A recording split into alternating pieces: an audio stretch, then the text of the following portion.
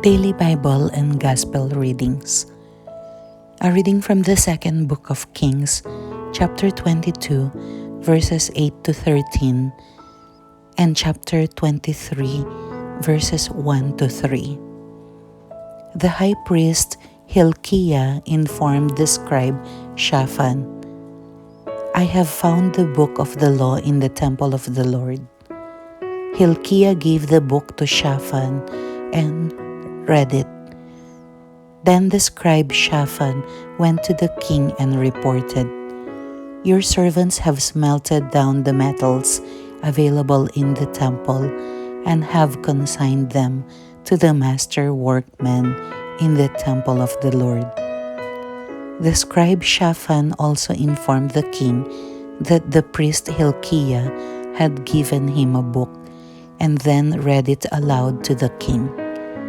When the king heard the contents of the book of the law, he tore his garments and issued this command to Hilkiah the priest: "Ahikam, son of Shaphan, Akbor, son of Micaiah, the scribe Shaphan, and the king's servant Asaiah, go consult the Lord for me, for the people, for all Judah, about the stipulations of this book that has been found, for the anger of the Lord has been set furiously ablaze against us, because our fathers did not obey the stipulations of this book, nor fulfill our written obligations."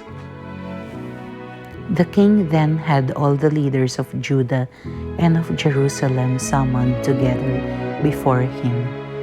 The king went up to the temple of the Lord with all the men of Judah and all the inhabitants of Jerusalem, priests, prophets, and all the people, small and great. He had the entire contents of the book of the covenant that had been found in the temple of the Lord read out to them. Standing by the column, the king made a covenant before the Lord that they would follow him and observe his ordinances, statutes, and decrees with their whole hearts and souls, thus reviving the terms of the covenant which were written in this book. And all the people stood as participants in the covenant.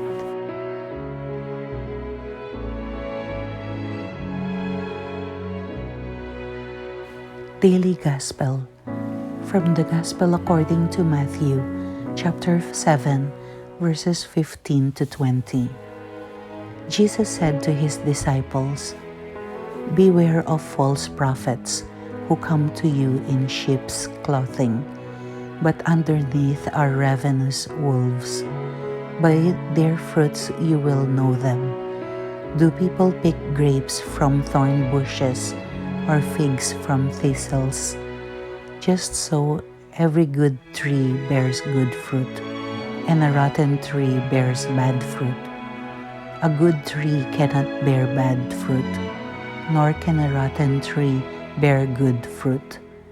Every tree that does not bear good fruit will be cut down and thrown into the fire. So by their fruits you will know them."